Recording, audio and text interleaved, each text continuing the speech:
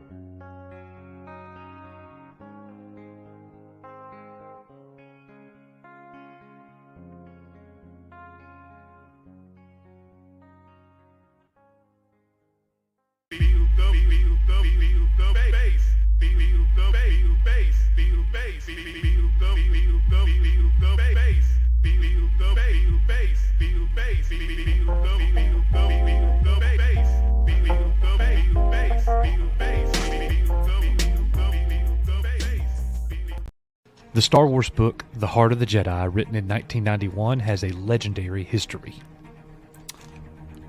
Crap. I had it over on the other thing, and I had to move it. I wasn't ready. And be in attendance for your chance to win. I just hit my microphone. It's all in my way. All right, let's start over. You ready? All right. We got it going. This is going to be good. Joining us this Saturday night is Heart of the Jedi author Ken C. Flint, and he's going to be our special. All right, you ready? Yeah. We got it. We'll get it done.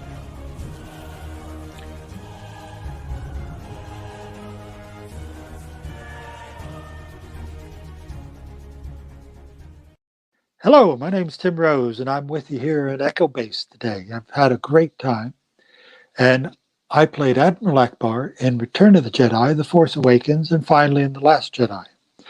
But the one thing that I seem to be remembered more than anything else is, it's a trap. Well, hello there, everybody. Good to see you. Thank you for joining us here at Echo Base Network, where we are continuing to provide you guys high-quality Star Wars news, reviews, and our community keeps Star Wars alive, just like we're doing right now. Welcome to Chill Stream 2.0. I call it 2.0 because I don't know how chill this is going to be. We got big news. We've got really big news to talk about. And Nick will be joining us here in a moment. And Mexican Iron Man will be joining us here in a moment. We are really excited about it. I want to say hello to everybody that I saw in chat, and to the people that I missed, I am sorry. Hail to Christian Stowboy, Sam Aon, Project Cambrian, Archie Vision, Credsox05, Nick Holdness, Larry Dunnitz, Daryl the Derelict, Commander Cello, David S., Stephanie Janisek, Smuggler's Cantina, Raptors 50, Austin Snow, Tumblr 90, Green Lantern 345, Make One David, D. Caree, Lord Tasman, Debbie Young, Lang Z 1988, Anthony YouTube fan, Brandon Deeks, The Kittens Took the Laser, Dwight Paladin Graham, Johnny Gonzalez, Michael Kraus, Poper Lives 34, Links, Lombardi 1969, The Brewing Sailor, House Atreides, Justin Reynolds, James Cocker, Mr. Dragon, Mitch Washington, Clifton 3D, Finn McCool, Darkside Doug, Darth Arlena, and Smickleberry Stu. Thank you guys all for being here. If today is your very first day at a Echo Base Network live stream, if you would please throw in a number 1 in the chat so I can give you a very special hello. We're really excited about doing this with everybody. While you guys are doing that, we've got 2 super chats real quick to start the show. Dwight Paladin Graham sends in a $10 super chat. He says, okay, no button ready, but hail to the fudging, yeah. Okay, has her new production company coming next year, so new changes was happening. Thank you very much, Dwight, for that super chat. And Michael Kraus with a $9.99 super chat. He says, Hail Echo Base. This is the least I can do. You guys and Geeky Pixie inspired me to do some creations. Not as good, but nonetheless, thank you for the inspiration. You are, we are. That's awesome, Michael. Can't wait to see what you've made, man. That's let us know. Send us a DM or share it with us, and we'll be happy to check it out. And look, don't feel bad. My early creations were not good. And arguably, they're not good now. So anyways, good luck to you on that. That's going to be awesome. Hail to Darth Dread, who says this is his first time here at Echo Base Network. So we welcome you, Darth Dread. Welcome to the show, where we call this a chill stream. But we do have more of an agenda. Like normally chill streams are myself and Nick, and we're just engaging with the chat, and it kind of just goes wherever it goes, and you can ask us questions and things like that. But we do have a little bit of an agenda tonight. We got some big news, potentially. Also want to say hello to Javier Arca. Welcome to Echo Base Network. He is saying it is his first time as well. So welcome to the show. We hope that you have a good time. So Dwight Paladin Graham and Michael Kraus, thank you so much for those super chats. We are, you are, Echo Base Network, and this video is for you.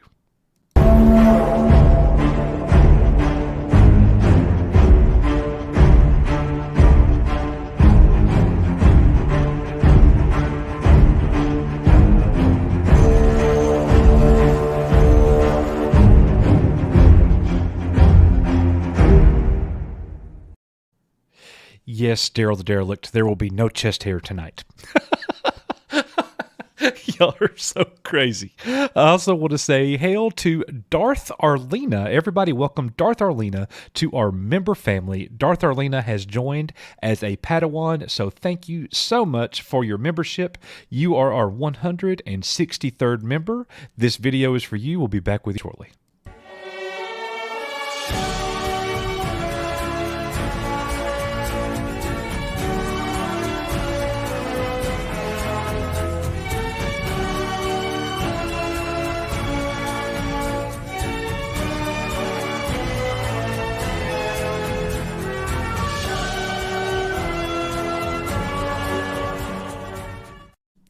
So if you are new to the channel, we are going to get into the news here very momentarily, but we got some, first order of business. It's always to welcome you guys to the show, bring in our co-host. One of our members, Project Cambrian, is also going to be joining us. He has got something special for the team here at Echo Base Network. So we're going to look and see what that is, and we're definitely going to get into the news, guys. And so here's what that news is. Number one, we're going to look at the shakedown that could be happening at Lucasfilm. We're just for a moment, we're going to look at the Variety article that came out last week. Really interesting how we get news today, and then you take a look back from a week ago, and we might be able to connect some dots tonight. And then the whole Brie Larson thing, and now Dave Filoni. And wow, what is going on at Lucasfilm? And we don't know, but we're just hypothesizing, and we're doing it together. And we definitely want our voices to be heard. One of the things that we do here at Echo Base Network is we like our members and our subscribers to email us their Star Wars story. That's one of the ways that we keep it alive, everybody. We keep Star Wars alive by sharing and remembering why we loved it to begin with. So we want to go ahead and share a one of our letters that we got called My Star Wars Story.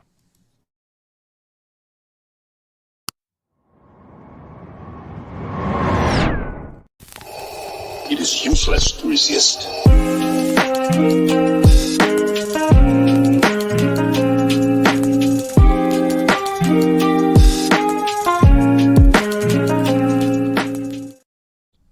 And this story comes from Jeremy Robinson, who writes, first off, just wanted to say, or start by saying, I love the channel. You guys keep the Star Wars train going, and we need more people like that. That being said, I'll jump into it. A long time ago, in a state far, far away, I grew up with a large family, your typical welfare hoarding, trailer trash, always moving because rent was due, got picked on for wearing the same clothes to school more than 3 times in a school week.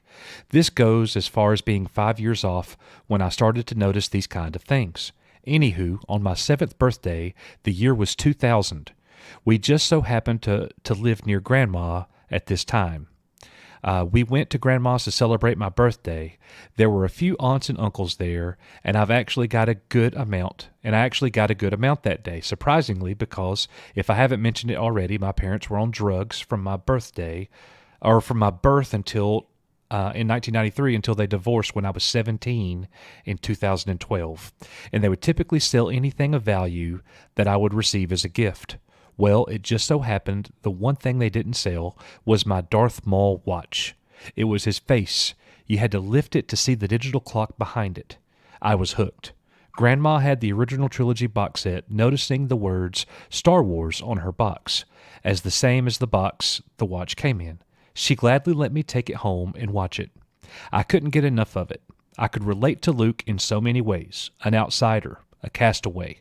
But somewhere out there, there's a chance of 1 in a million in the whole galaxy to be the prophecy of the chosen one, and he had no clue. He went from dirt to walking on air. Luke was my hero and inspiration. You could see in the original trilogy how he was doubted in every movie. And he still took a chance, risked his life for his friends, which is the closest he's had to a family since his aunt and uncle died. And most of all, he doesn't want self-gain for his heroic actions.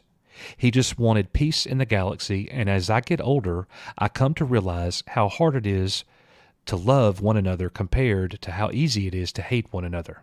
I can recall one time I was getting kicked around in school, and I go home, turn on the TV in my room, an old box TV where the picture was just black and broken, but still had audio, and I'd lay there with my eyes closed and just listen to Return of the Jedi.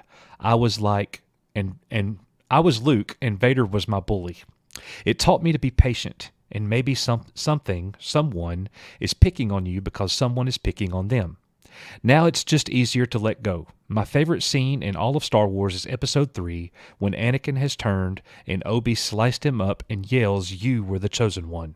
Just a fantastic job. I felt emotion in that line. First time I've cried in a Star Wars movie. I remember losing really close friends I've ate at the table with and went through hard times. It's not easy losing someone you consider family. I love you, Echo Base Network. You talk to your fans the way Star Wars makes me feel. Thank you for taking your time to read my story. If it doesn't make it, I get it. It's a long one. Well, thank you so much, Jeremy Robinson, for sharing that incredible story. We just love seeing how Star Wars has made such an impact on people's life, and I love that.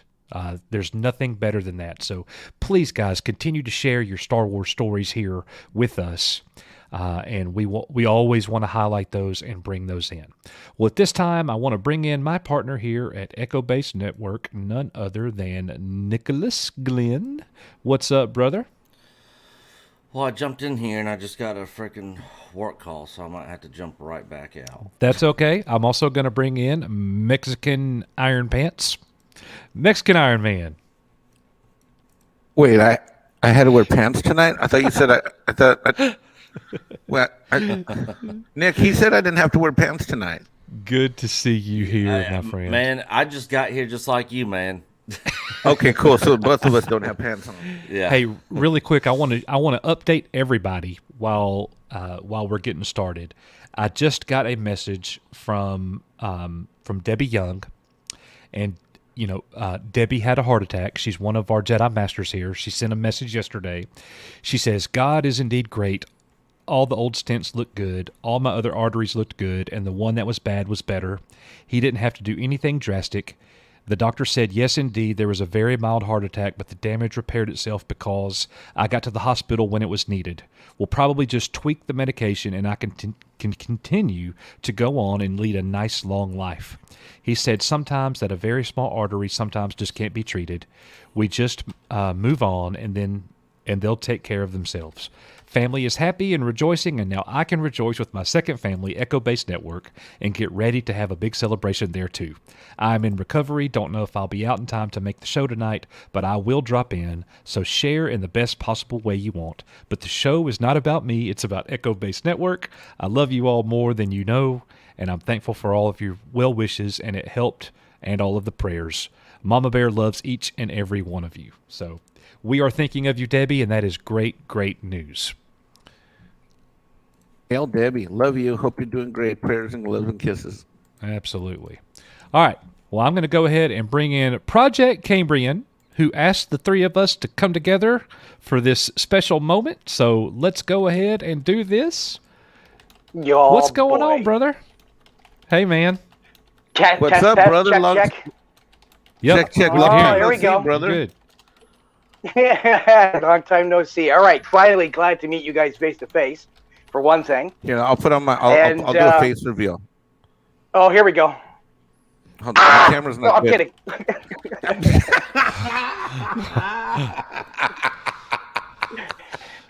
All right.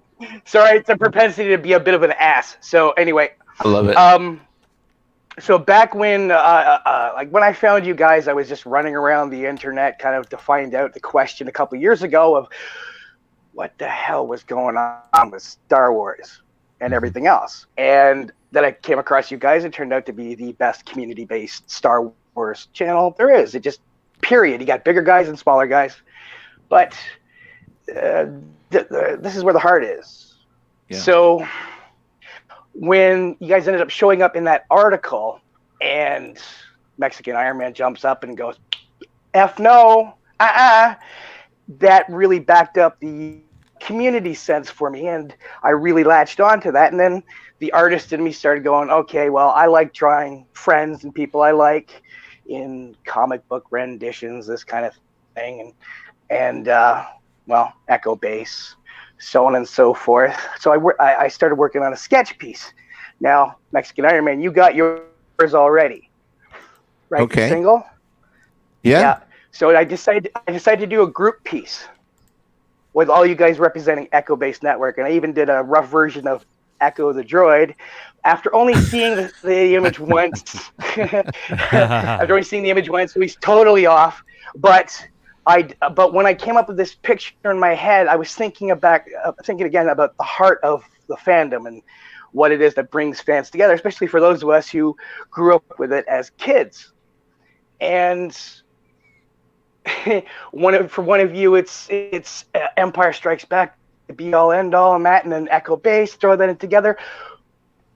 I imagined a scenario that I think I would wager that all three of you have imagined at one point or another. So, Coach, from the previous link we share, I'm going to send you the photograph now, okay? Okay. All right. Drum roll. Okay, well, hold on. I'm a bit of an idiot this way. Hold on. I'm not exactly a technophobe. Okay. There You know, everything you said is what brought me to Nick and Coach. Everything that you said back when they were a smaller channel. I got to know Nick in the chat streams. Nick was the kind of guy that was supporting other channels and really pumping other people up, and always had something witty or funny or insightful in all kinds of different chats throughout the Fandom Menace. And then I got to see him on video, you know, hanging out with some of the top creators. Then through Nick, I got to meet Coach, and they invited me on a live stream to talk about some stuff I did with Doomcock and Disney a long time ago. And I just found that the two of them had such great knowledge, such great heart, and it brought me into them. And this is before we had memberships or any of that fun stuff. No, exactly. And, the same thing that brought you in, brothers, brought me in. Yeah, like I'm not in a position to do like super chats and memberships, and that's why I wanted to honor what I saw in my own way. And here we go. And I have other ideas for. I wanted to do this. I wanted to kind of help in this effort of community building for EBN, and this is just the start of one idea. So the piece you just received, you guys have free license if you so choose, or if you're so impressed enough to. You are free to use that as merch. Thank you so much for the wheel. So here's the image, guys. Like, this is what Project Cambrian drew. Check that out. Oh shit. That's awesome. Holy crap. Amazing. Wow, that looks really good. Holy crap. Oh my God, bro. Oh, that's amazing, bro. Oh my God, that's great. Yeah, it is. I got a little tear welling up in my eye, bro. We're putting that on a shirt. That's man. amazing. Awesome. Yeah. Oh my God! So I have a. And you got to ride with Coach. Oh, sorry. You got to ride with Coach Beat on top of me and Nick, ready to hit us with like a blaster or a whip or coming down on. Me and Nick are out. Trying to take care of the. We're out there in the cornfields and doing the Lord's work, and Coach, whatcha. Well, one of the things that I wanted to capture. One of the things I wanted to capture was that spirit of everybody's role in their head to one degree or another. And I have a bit of a hit list of others who are next. Valiant Renegade being one of them. He's next on my list. And with him, you want to make sure that the head is larger than the normal head, and then way the body real small. The Valiant Renegade needs to be 3 times normal size. Yeah. Hand pump air pressure. I hear from the waist down, everything just gets smaller too, if you know what I mean. Brother, thank you so much. Thank you. I love it. Welcome, I love it, thank brother. You. I love it. Absolutely. I'll put it on a shirt tomorrow. Thank you so much for that. Great job. Yep. Thank you. You're welcome. So what I'm gonna do is I'm gonna figure out how to scan it to you, and I'll figure out how to get a digital copy, so then you can go from there. Awesome, man. Love it. Are you on an Android phone or an iPhone? Nope. Oh, I lagged. I was just saying, are you on an Yeah. Android phone or an iPhone? That's Samsung, so Android. Okay. I think. Or whatever So Samsung is. so there's actually an app you can download called Adobe Scan. And Okay. you can actually use your camera to scan it as a digital file. It'll catch all the corners of it and everything. And you can do several ones to make sure that the lighting is good and all that sort of stuff. But then from there, after it scans it, you can actually just email it straight from your phone. So all right, that's an option at least if you want to check out on the App Store for Adobe Scan. Okay, Adobe Scan, writing that down now. Well, Project Cambrian, thank you so much, All right, man. We appreciate it. Thank you, And, guys. Awesome work, man. We'll get the We'll shirt talk out it again tomorrow. soon. And yeah, thank you so much. We'll see you soon. All right, man. Cheers, mate. So that's you know what, guys. That's just an example right there of you don't have to be a member. You don't have to be a super chatter to be part of the community, and like that is such an incredible, heartwarming gift. I love it. I'm definitely buying that shirt myself. So I love it. I'm gonna get one for my kid, my brother, my mom. My mom's gonna die. I'm gonna show my mom couldn't make the chat right now because my brother's just getting out of surgery. He had a real bad back surgery, but my mom loves Echo Base Network. Coach, you know that. We used to talk about that. Yeah. she loves you and Nick. She calls you guys her mijos. Whatever happened to your mijos? I'm like, Ma, I had tax season for 2 or 3 months. Good Lord, come on. Yeah. And moving from the West Coast to the East Coast. Yep. And my sister thinks Nick's just the cat's meow. My sister thinks Nick's the cutest thing ever. I'm like, he is. He's my dad she's used to married say, though. My dad exactly. used to say, she's married. She's like, tell Nick I said hi. I'm like, you're married. Yeah. Nick, my dad used to call Nick. He would say, "Nick's what the cat left under the rose bush." Yeah. Is that a compliment? No. He's No? calling Okay. him. He's calling him the crap. Yeah. Oh, you stop that. You be nice now. You be nice. Anyway, Guys, you guys have built it. if you are new to the show, there are 4 ways that you could join us here that we want to quickly go over with you. How to join us on the show. One is to just comment on our videos throughout the week, and we will highlight those every Saturday night. You could email us your Star Wars story, just like we showed you a moment ago. We will be having pop-ins where our members can join us right here live on the stream. And then the last thing is you could send us those very generous super chats that we greatly appreciate, and thank you very much for all of that. Guys, we also have another member. Archie Vision has joined our member family, so thank you for joining. You are our 164th member at Echo Base Network. Archie Vision, everyone, please welcome Archie Vision. And the Star Wars guys, Paul and Michael. 4 Mexican Iron Man, how's buying a lightsaber going, he says.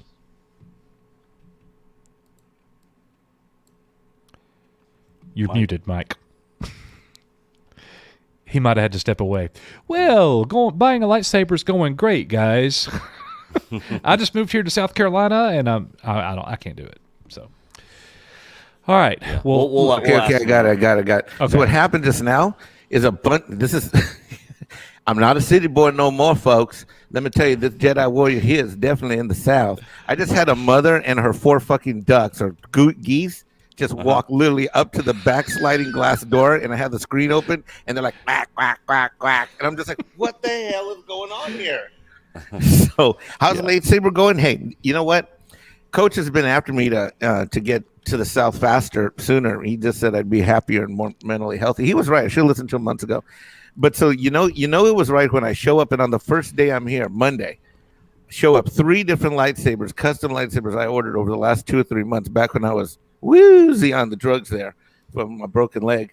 And I got a collection of like 20 of them right now. So yeah. And despite what a couple people think, no Mexican Iron Man does not hit himself in the eyeball. Hey, did you guys see that Paulie challenged me to a lightsaber battle? No, I did not. I saw it. Yeah. Wasn't it tragic the way I sliced and diced that Mexican like chorizo? Yeah. All right. Well, look, the chat's calling for it. I got to hit you with this. Sorry. No. What did I say? I didn't hear him say anything. He dropped the F-bomb talking about the geese. Oh, I said I freaking. didn't even hear. No, you didn't. I did It's it? okay. I It's okay. Okay, sorry. I said it again. Doggone it. I didn't even catch it. Oh, real quick, Mike. Ted, the old Star Wars nerd, made this for you. Oh my heavens! Oh my God, I love it! This is the best day ever. The clear pieces are green. Yeah. Oh, that is awesome. Thanks, Ted. What up, brother? Long time no talk, no see, but I'll be back here and there and again. Yeah, I got to come visit Nick in a few weeks. Nick, I'll come visit you. Thank you so much, Ted. And That's thank you, awesome. Project Cambrian. Boy, it's like Christmas at Echo Base Network. Yeah, it is. That's right. Well, guys, go Coach, ahead. last thing I wanted to say is I just want to thank what you guys don't realize in the chat is something else that you guys don't publicize it. But Coach and Nick predicted Luke Skywalker returning. He did. Well, Coach did. I did not think it was going to happen. All right, you're right. Oh, that's right. You and I told him he was full of cricket crap. I'm trying to think of no words. And then a year ago, I'm gonna go find this stream. Coach said Kathleen Kennedy's getting fired, and at that time, Doomcock I think had barely done 1 or 2 videos on a rumor, and everybody's like, no. And I even said, Coach, I'm like, I think you're wrong, but I'm not gonna bet against you because last time I did, I was like super wrong. And here you are, Coach. I think she's gonna be gone any day, and you're gonna be right. And here's the thing: this is what you said. You said something, and I'm gonna go find this stream. You said something like, "If she's not gone by September, I will be in shock." But it will be before then probably, and definitely no later than September. In fact, if it's even in September, I'll be in shock. Remember that? Yeah. I'm gonna go find that tape because y'all here at Echo Base Network. Y'all, how am I talking like this now already? You're already conformed. Yeah. The two of you at Echo Base Network need some street cred for what you guys predict. And the way you guys are able to predict stuff is because you know this universe. So thanks for all you do, guys. Thank you. Our pleasure, my friend. So, guys, what we're going to do a little bit differently, besides just the chill stream, is we're going to hit some certain pieces of news, and we want you to chime in. We're going to be looking at the chat, but so first up today, the first main thing, the first main topic. I got to make a work call. I still haven't done it yet, though. Like, oh, go do it. I'm free to go stay. do it. We'll wait. We'll wait till you get back. I'll be back. We'll just sit here and hang out with the chat until it's time. All right. So Michael Kraus sends a $4.99 super chat. Mexican Iron Man, what's up? How did the move go? I still say my Mando versus your Jedi. Mando will win. Muahaha. Honor is life. Dang him. He has been on my butt like for 2 weeks now, and I haven't had a good comeback yet, but I'm working on one. Well, thank you, Michael, for that super chat, man. And Rhino Sith has joined as the as a Padawan, our member family. He is our 165th member. Hail, Rhino Sith! Everybody, give him a very warm welcome. Hail. I am very familiar with Rhino Sith, seeing him in the chat. He's been coming here for a while, so good to see you, my friend. Welcome to the member family. We are Echo Base Network, and this video is for you.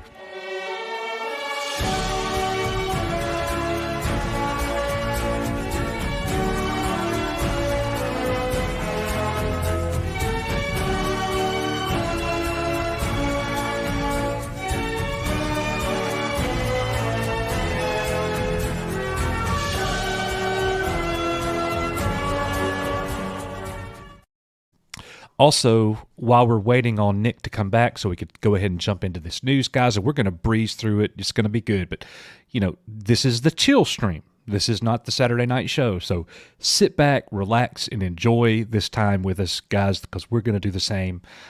One thing that we do have going on that we want to make sure everybody is aware of, it's amazing that we got 230 people here on a chill stream that we just announced an hour ago. But what we do want you to know is that on June the 5th, we will be premiering our interview with none other than Mr. Tim Rose, who played the only person to play Admiral Akbar and Salacious Crumb. He was also Howard the Duck and many, many other characters. You will love his story. Hello, my name's Tim Rose, and I'm with you here at Echo Base today. I've had a great time, and I played Admiral Akbar in Return of the Jedi, The Force Awakens, and finally in The Last Jedi. But the one thing that I seem to be remembered more than anything else is, it's a trap. So something else that I want to shout out real quick, or put some light on for just a moment. Mexican Iron Man didn't know about this until earlier today. I'll put the link in the chat right now.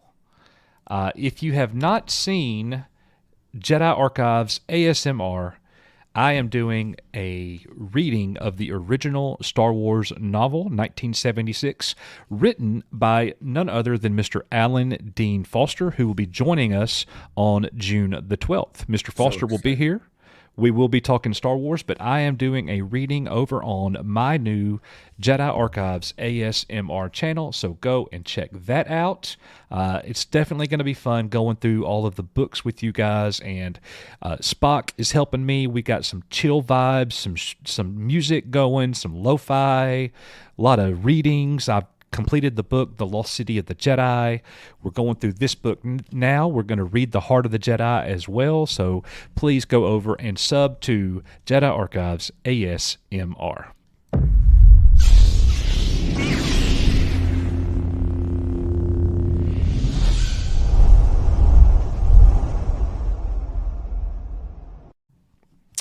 Mike, we got another super chat from Dwight Paladin Graham, who sends $5. He says, Kathleen has new company. She's starting next year, so she has to leave Lucas. We're going to see. Her time is definitely coming up, guys. I mean, she can't be there forever. Yeah, she has a new startup company, because that's just going to be infinitely better than, I don't know, being on top of freaking LucasFilms. Yeah, the most powerful woman in Hollywood, but not for long. Most powerful secretary in Hollywood. Yeah.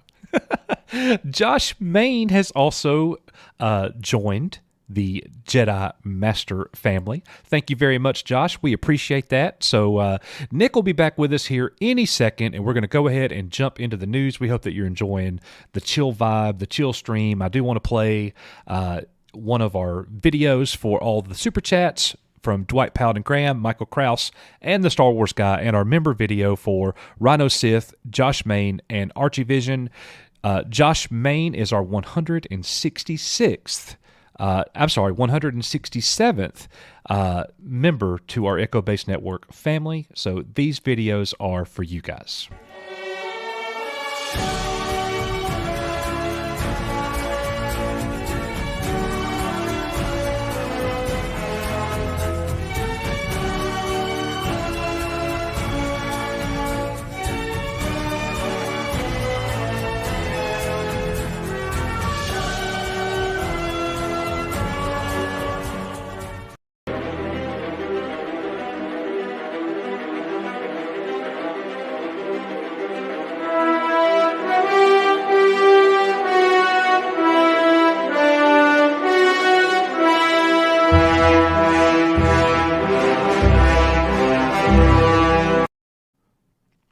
All right, so let's see what's going on in the chat while Nick is on the way back, and we're going to go ahead and jump right into 3 pieces of news that could all be interconnected. We can't wait to hear what you have to say.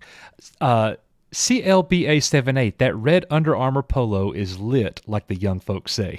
Thank you very much. I appreciate that, man. I'm on fire. I'm so fresh and so clean. I can't keep up with it anymore, but thank you. I am lit. The Brewing Sailor, Lord Tasman at the Brewing Sailor. Well, I believe her contract is up in the fall. Yes, in October, I believe, or at the end of the calendar year. I have heard both, but we're going to see. We are going to see. Coach will be even more hip when he watches Deep Space Nine.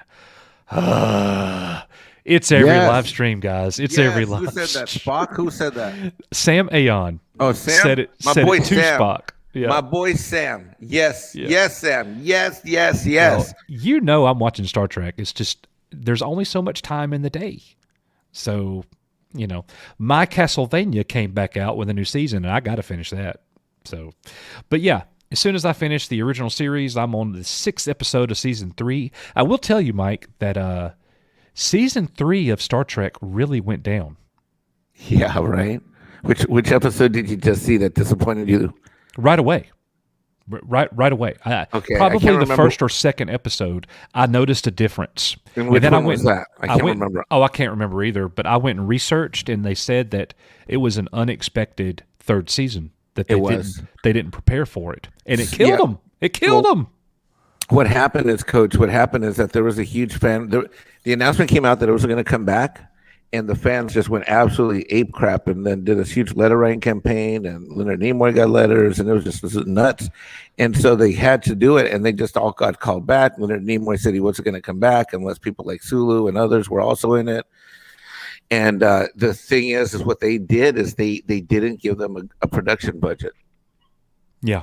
They gave them a shooting budget to shoot, but like basically props only. And so a lot of the stuff that happened before, where they would build sets and then they would go in and it would match the tone and the storyline, they didn't have any of that. In fact, there's one episode where they filmed the entire thing with a spotlight. It's the one which has this muse who has no lines. They filmed it with a spotlight in a dark, pitch black warehouse. Mm. You haven't seen that one yet, huh? I haven't. Wow. Oh gosh, hang tight, brother. Yeah, I'll get through it. So, but it has been harder. Like I was all into the first 2 seasons. Right. It was like crack. I just couldn't get enough of it. Right. Season 3 happens, and I'm like, ugh.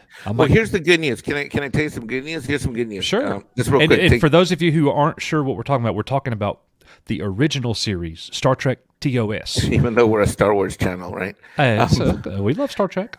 Yeah. So, by the way, I'm very impressed with how your mastery of Star Trek on the short span. I got to give you some props on that one. You've definitely surprised me the last 6 months. Well, I know the movies and I know the characters, but it's been decades since I've watched the show. Well, a couple decades, Coach. You're still a spring chicken. Well, it's been at least 3.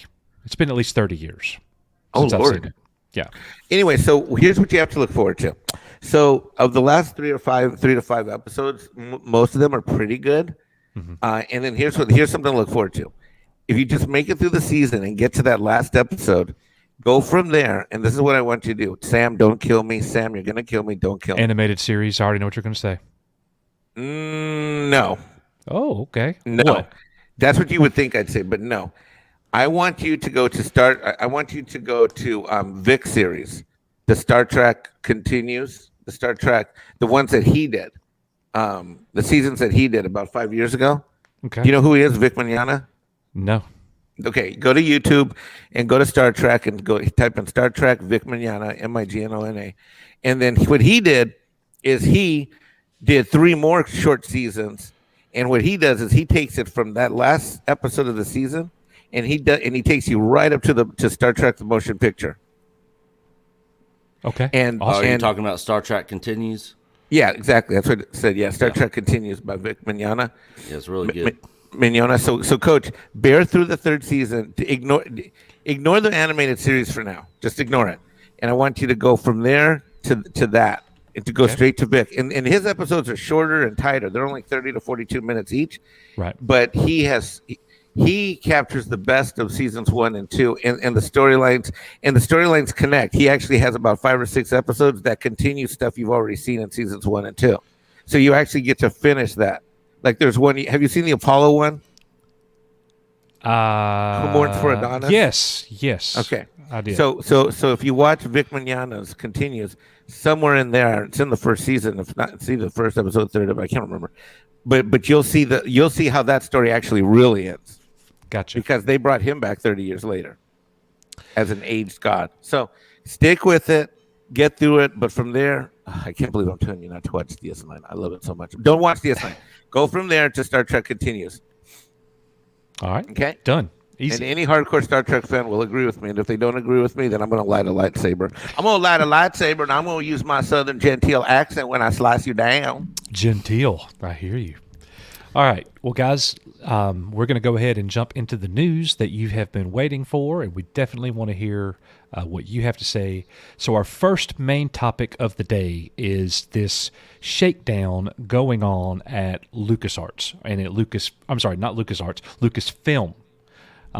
So just last week, this article came out over at Variety. Disney's New World Order leads to confusion and bruised egos. Now, I think that most of us looked at this. This definitely took over YouTube for a day or two.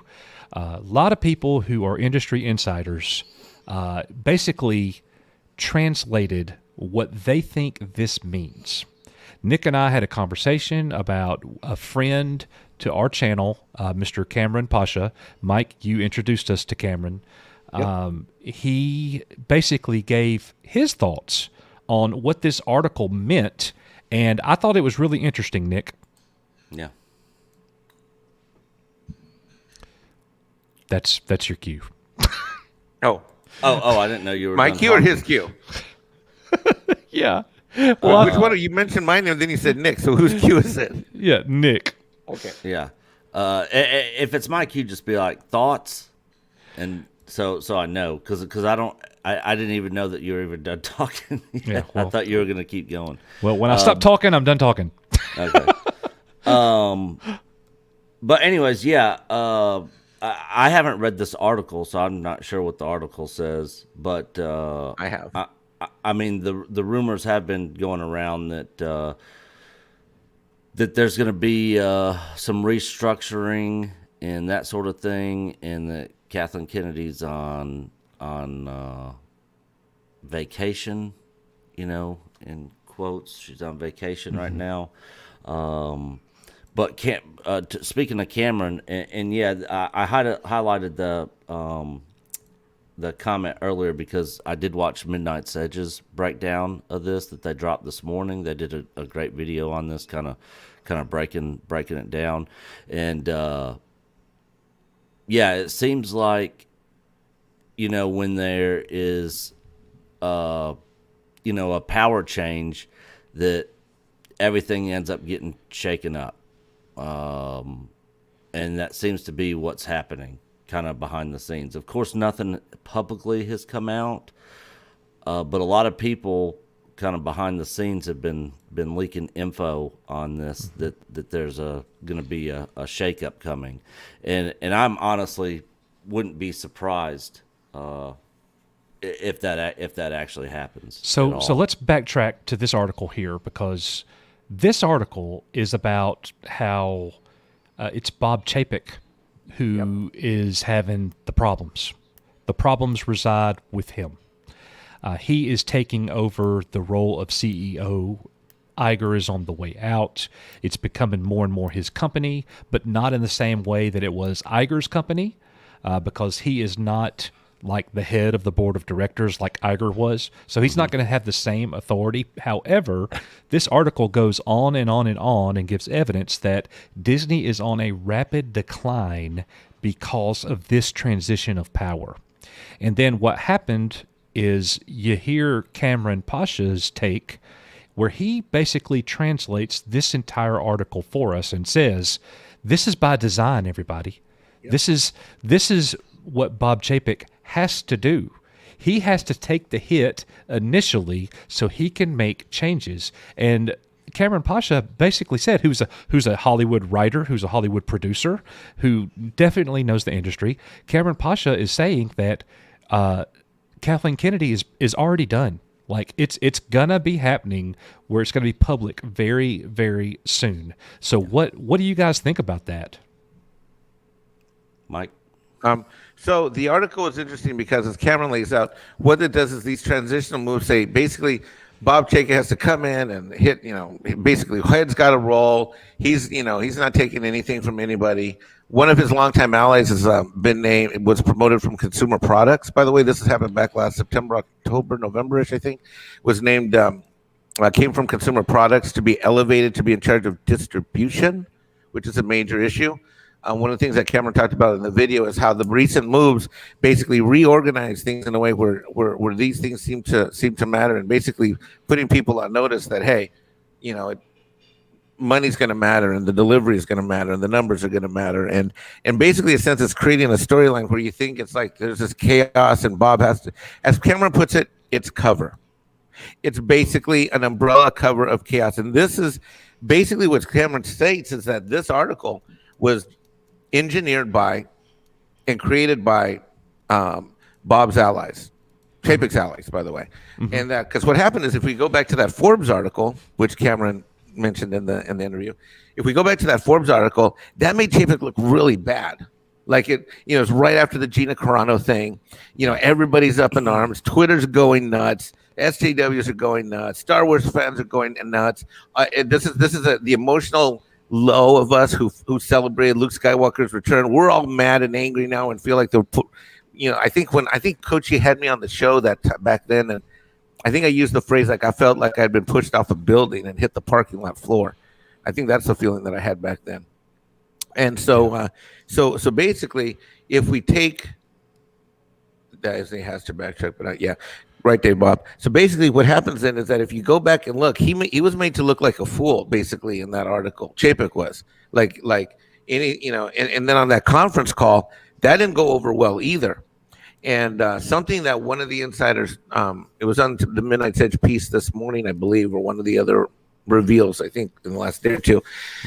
But there's a story that or maybe it was Stephanie. No, I think it was Stephanie. Maybe it was on Stephanie's stream. I can't remember where I think it was on Stephanie's stream. Where Stephanie Janicek Smuggler's Cantina. Yeah, I'm sorry. We know her so well. She's like a sister to us. I just go Steph. But she mentioned that there's a story that is true, that someone showed up and saw the a recut, a Lucas cut or JJ cut, recut of Rise of Skywalker, right? And she was called on the carpet. Kathleen Kennedy was called on the carpet then. Well, that whole Forbes article thing is really kind of an announcement, like, hey, the investors aren't taking this shit no more. So Bob then goes into the mode that he goes into, right? And with now some of his more allies in place, now he can do what needs to be done per se. And remember, Bob Chapek comes from, if you go to Pirates and Princesses, which is also what are they called on the internet, on YouTube? Clownfish? No, I can't remember.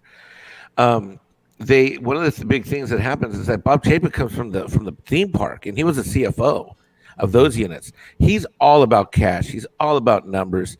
A lot of the things that coulda, woulda, shoulda happened. For example, he was the one who approved what was originally going to happen, the budget that originally had happened, the things that like Galaxy's Edge, and then Kathleen came in and convinced Iger to go a different way, and the thing didn't go well. Well, that doesn't sit well with a guy like Chapek, who's all about the cash and comes from. He's an accountant basically, and so what's happening is that the accountants basically are the people, the MBAs that are numbers oriented, are now taking the reins and giving Bob the cover he needs. Now, I just saw that you have some late breaking news that I wasn't even aware about, this creative director announcement. Yeah. I've been off the internet all day. I'm in shock, and I'm honored to be here while you break this news, because I haven't heard anybody talk about this. So what you guys are going to talk about right now directly feeds into that whole string, and yeah, and so so what I'm going to say is things that Doomcock said a long time ago, right? Things that Stephanie's been saying for a long time, right? Go sub to her channel if you don't. And then you guys too are always have been right too. But you guys that's not true. Well, you've been right on a couple of these major Star Wars things, as far as I see. So well, we don't really get into the rumors. We're just talking about possibilities. But I will tell everybody this, and Nick, I want you to chime in. But if there is any truth to the fact that Bob Chapek is taking a hit personally, like from this article, if this is true, if this man is taking the first licks, so to speak, to make the company better down the road, it's kind of like, this is gonna suck for us in the meantime, but down the road we're going to be better off because of this. Exactly. If he is doing that, then that is leadership, guys, that I can get behind. That's a good thing. Nick, what say you? Yeah, I agree. I mean, the thing is, and like Mike was saying, he's kind of an accountant, kind of a cash and numbers guy, and if he is. If he's really concerned about that, then he sees in the reports the decline of the sequel movies, the merchandise, everything. Galaxy's Edge. He probably hears all the fans' complaints about everything, and if he's interested in that, then he's got to make some drastic changes to kind of right the ship here.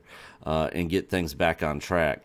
The Mandalorian is definitely a step in the right direction. Yeah. But yeah, we'll just have to see. And the thing is, and we've said this countless times, Kathleen Kennedy being gone's not going to fix the problem. That's right.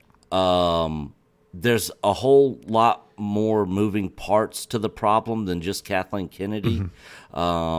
It's going to be who's going to be in charge, who's going to be behind creative, and we're going to be getting into that here in a minute. The story group, all their woke identity politics agenda crap. I mean that stuff's got to be out the window, and we'll talk more on that when we get to that news. But yeah, I like your point, Nick. Kathleen Kennedy's exit is not a win for the fandom until it's a win. Yeah. That means somebody else has got to come in after her and make this thing better. Yeah. And not make it worse or the same. Exactly. Yeah. It's got to be better than. It cannot be the same or worse. That would be devastating. Yeah. Otherwise, Kathleen being gone means diddly squat. Nothing.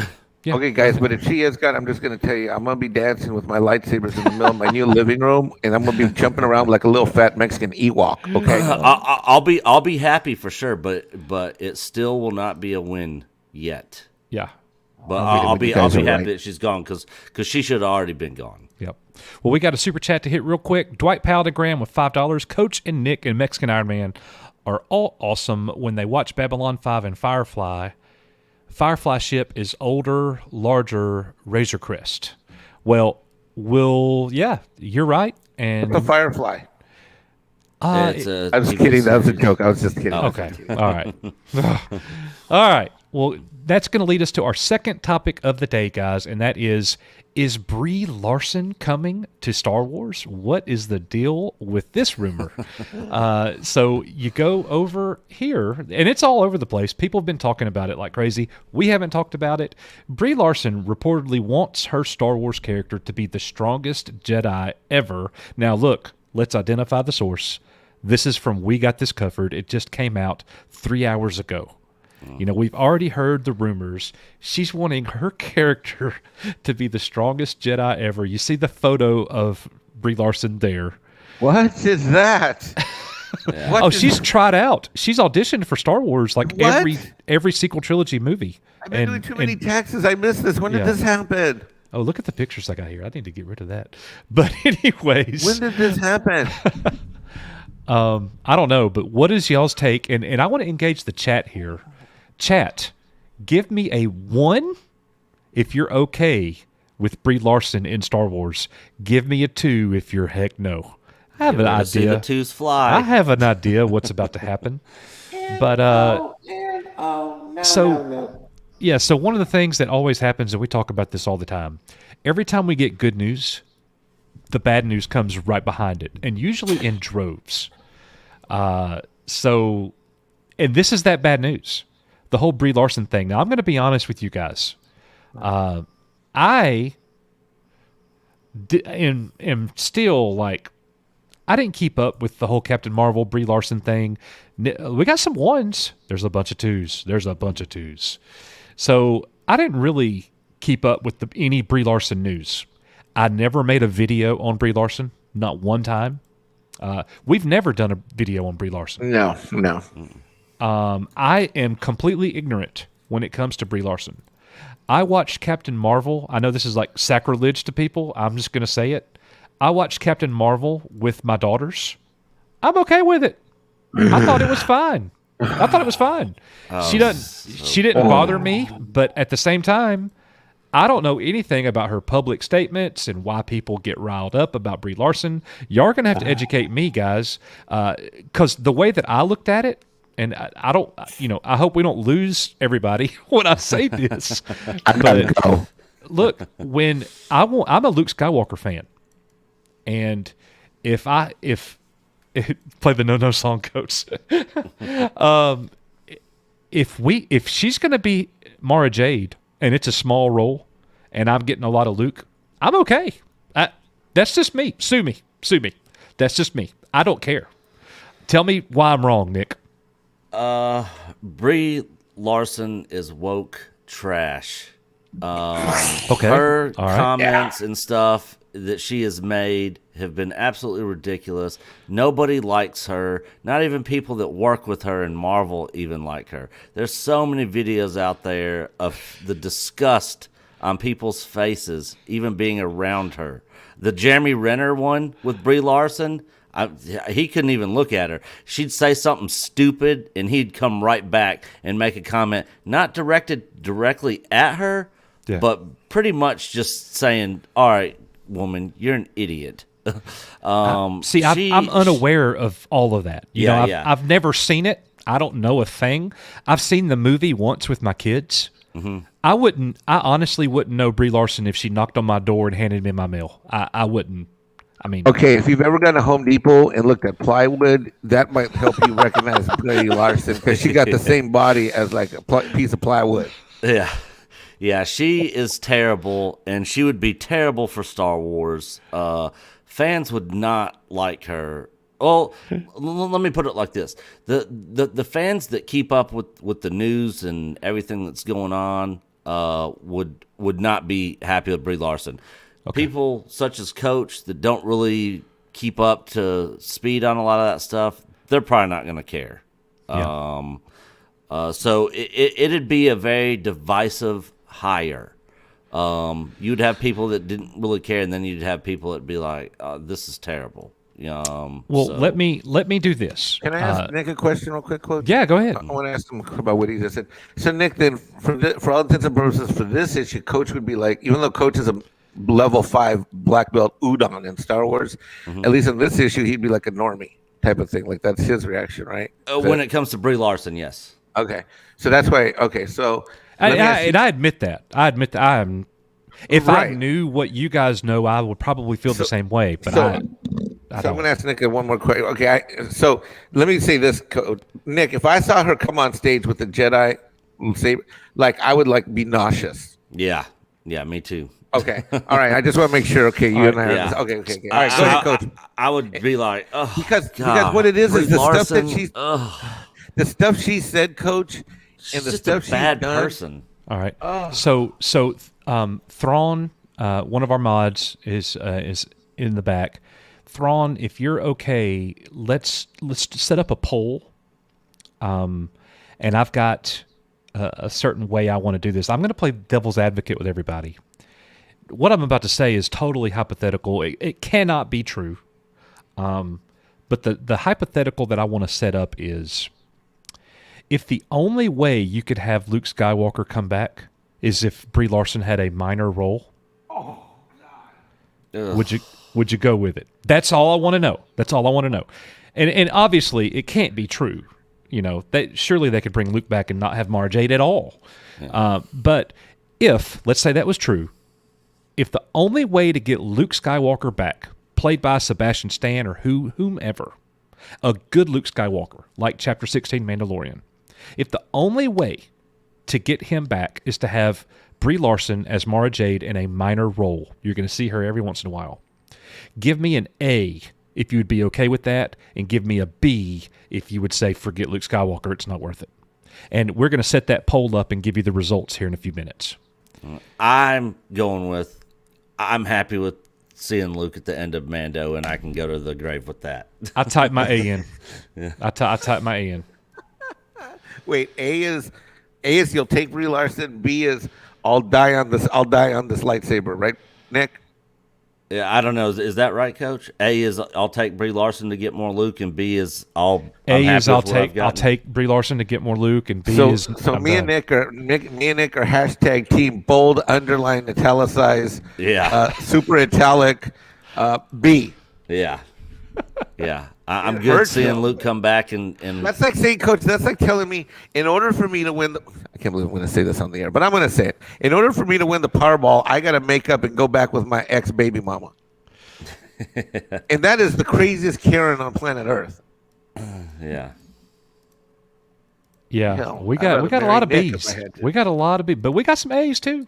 Felix is with me. If I had to guess from our community, I'm going to say that let's say 60-40 A. 70-30. I'm going to go 60-40 A. I'm going to go 60% A. 70-30 B. Really? 70% B's, 30% A's. Oh, okay, I might be wrong. Y'all are so funny. Well, thank you. We'll get the results to that poll out. just as soon as we can. Let's hit the super chats real quick before we move on to our third and final piece of news before we really start the chill stream. All right, so we got Big Red Xenial with a $2 super chat. This story straight to you from Mike Zero. Yeah, and I think that is fake news. I don't think Brie Larson is coming to Star Wars. I think it's total fake news. I mean, I don't know. do you have a reason? Do you have a reason to say that, or is that just how you feel? No valid, no real credible sites or sources have reported this at all. Not one single credible. I've got you. One. I got you. Well, if they could certainly, I'm just going to play devil's advocate again. If they could hide Luke from us, they could hide Brie Larson from us. Yeah. Yeah. I mean, they could literally hide anything. Yeah. That they wanted for sure. Nick, if this happens, Nick, do you want me to stab myself with a red, green, or blue lightsaber? I don't know. I'll be dead before you make that decision. LR Dice with a $5 super chat. Everyone hated her behind the scenes because of the way she is. These interviews on this, hell no. Thank you, Victor. Aurora uplinks $5. You won't get a lot of Luke, though. Only her taking over the script if she gets control of it. I guess that's the kind of person she is then. Yes, yeah, big time. Okay. NB Geeks, let's talk. Newsflash, NB Geeks became a granddad at 3:07 a.m. 5 pounds, 11 ounces, 18 inches long. Mom and baby are doing great. Granddad is over the moon. Congratulations, NB Geeks. That is awesome, man. Awesome. Congratulations. I saw that earlier today. He, no, that was this morning on Loki's. On Loki's show, On Loki's show. I saw that he and then there's the late breaking news that he's going to name the baby Mexican Iron Man is going to be the first name, and everybody's just over the moon on that one. Oh boy, Darth Arlena, or one of our new members. I hope they have Rogue drain her powers and she goes into a coma like in the comics. Oh God, man, I want that so bad. I'm with you 100%. The fans will go nuts if that happens. Wait, I missed that. I was on mute. What did I miss? I missed that for 30 seconds. I hope they have Rogue drain her powers from X-Men, and she goes into a coma like in the comics. That'd be Talking cool. about Captain Marvel. Yep. Yeah. All right, so Tumblr90 with a $50 super chat. Only if her minor role is her in a stormtrooper outfit and she gets shot off a bridge. Hey, I would be okay with that too. If she was in a stormtrooper outfit and you didn't even see her and she got killed, absolutely. Yeah. But I'm just gonna guess that there's no way she would let that happen. No, because based on what everybody's telling me, so basically I just have to assume she's the worst of the worst.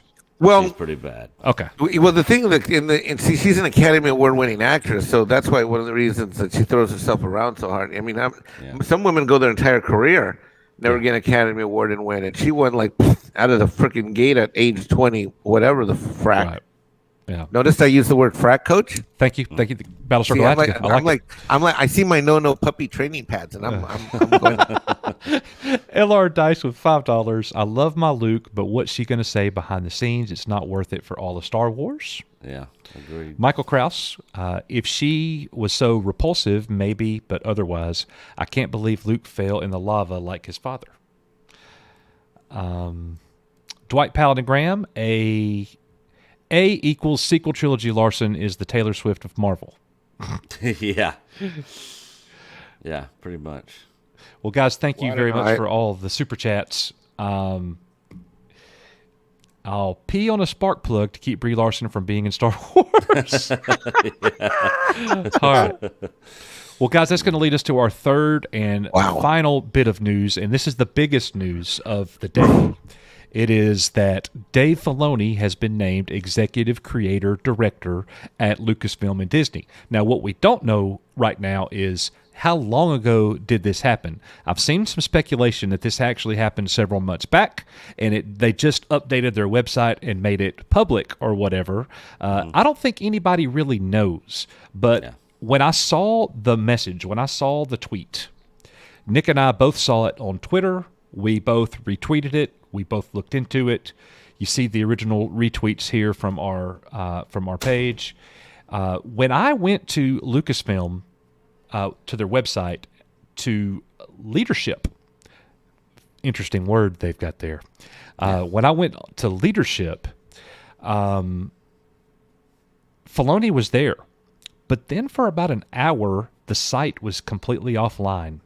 And I thought to myself, oh no, what's happening? People got really excited about Dave Filoni being named Executive Creative Director. And now what's happening with the website? Is this, was this smoke and mirrors? Was this a mistake? It might I have don't got know. flooded with traffic or something. I don't know what's going on. It could have been flooded with traffic. I did think of that.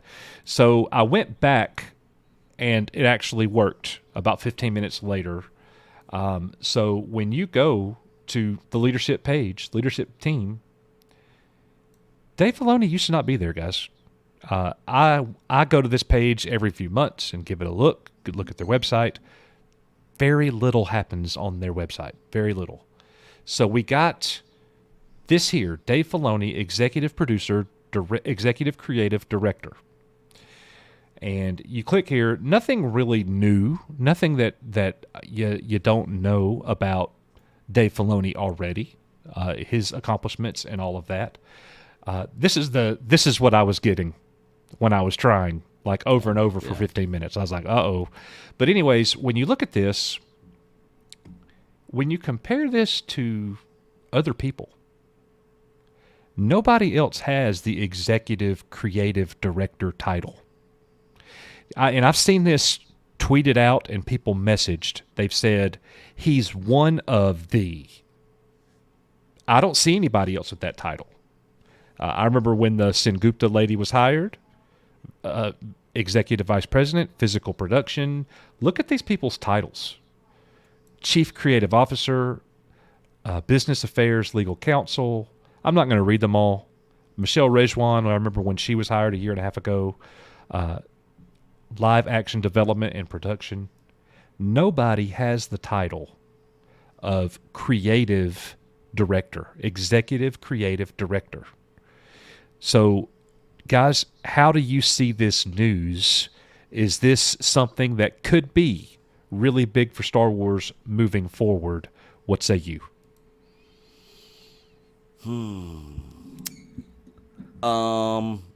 The fact that Filoni is being put basically in charge, so executive creative director. So it sounds like he's over all of creative. My only concern is, does that put him above Jon Favreau's creative direction? Because Dave Filoni has made several comments in the past, several statements in the past, kind of siding with this woke feminist agenda garbage, and that's a little concerning to me. We talked about, if Kathleen Kennedy's gone, that really isn't going to fix the problem, and I'm concerned that we might get more of the same if Dave Filoni is in charge of all of it, because I think he's going to be trying to appease to people with these agendas and everything. Jon Favreau's not like that. He doesn't care about pleasing the woke mob, or I haven't seen any evidence to support that.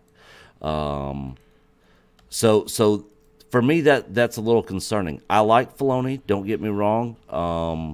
I got my criticisms of Mandalorian, but overall, I think it's a good show. I think they're moving in a good direction. From what I've seen in the Clone Wars, I like it. He created Ahsoka, and I like her as well. But I do have some reservations a little bit with Filoni.